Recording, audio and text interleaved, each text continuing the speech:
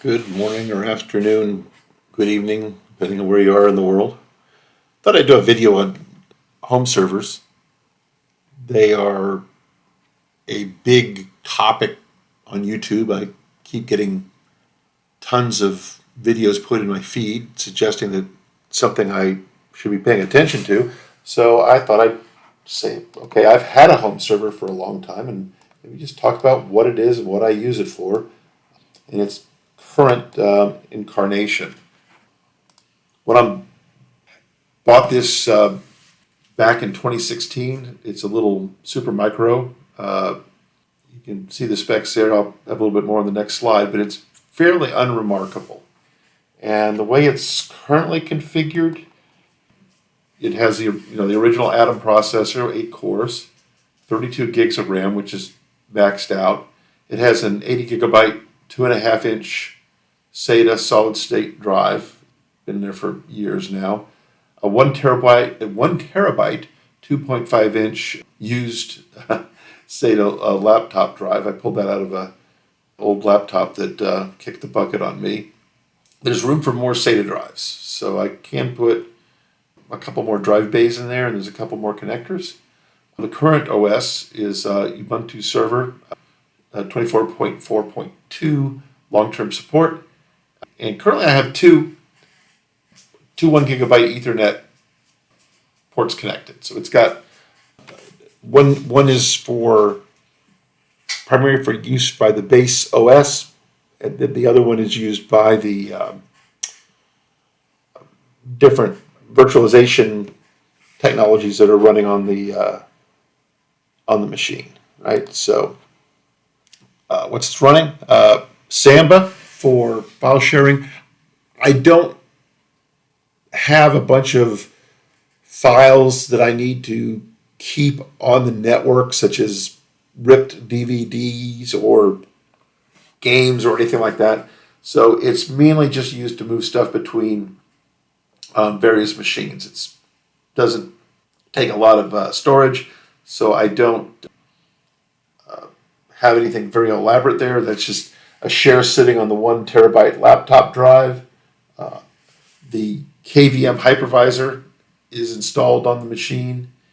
I also have Docker, which I mainly just play around a little bit with, not anything serious.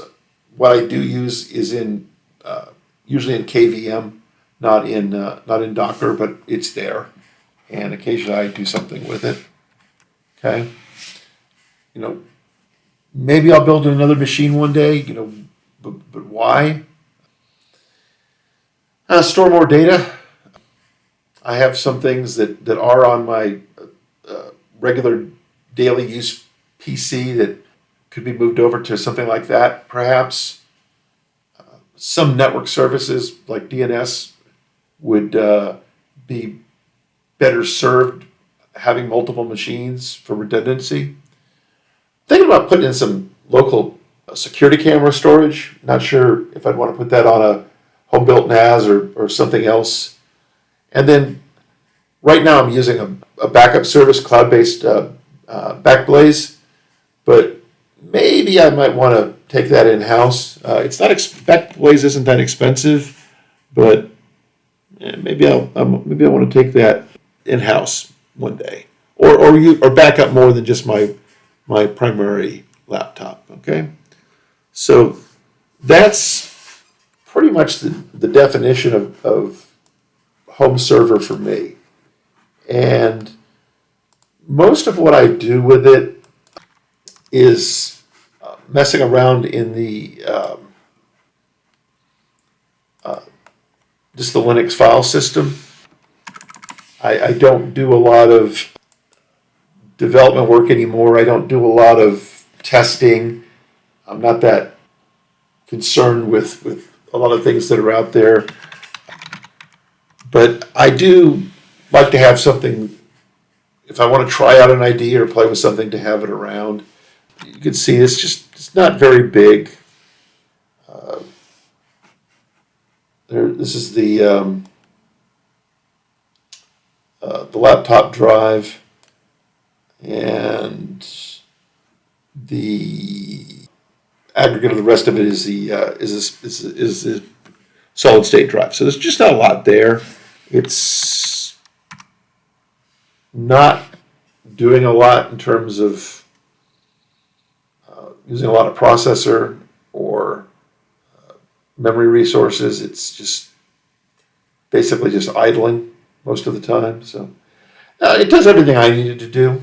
I see a lot of videos talking about building out high-end servers with a lot of exotic resources, but just really don't think that most people need that. Now, one thing you'll notice on this, that the storage is currently, there's no RAID involved. I'm not running a high-end NAS or anything like that. Don't need one. Most people don't. I'm also not running any exotic packages, commercial packages, free versions of them except for Docker. Mainly because I can do everything in native Ubuntu Linux. I don't need to have a ton of overhead from these third-party packages. I can do everything I need from the command line or from a simple GUI or a web interface, depends on what I need to do. So it's all pretty straightforward, and this is really all you need. Now, if I was going to do something like this again today, there's a number of options out there, refurbished or used hardware on Amazon or eBay, readily available. Tons of horsepower.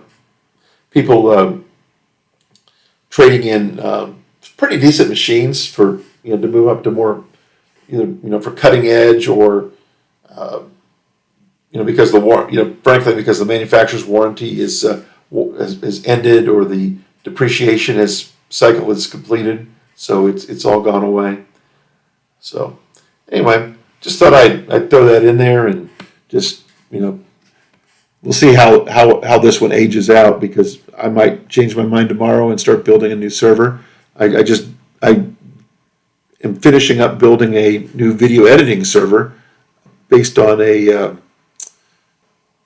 Dell workstation that I purchased, refurbished or renewed off of Amazon, and that's quite a nice machine. 8-core i7 processor, 64 gigs of RAM, half a terabyte solid state disk, and a NVIDIA graphics card with 5 gigs of RAM on the graphics card. So it does a really good job. It has integrated Intel graphics on the CPU as well.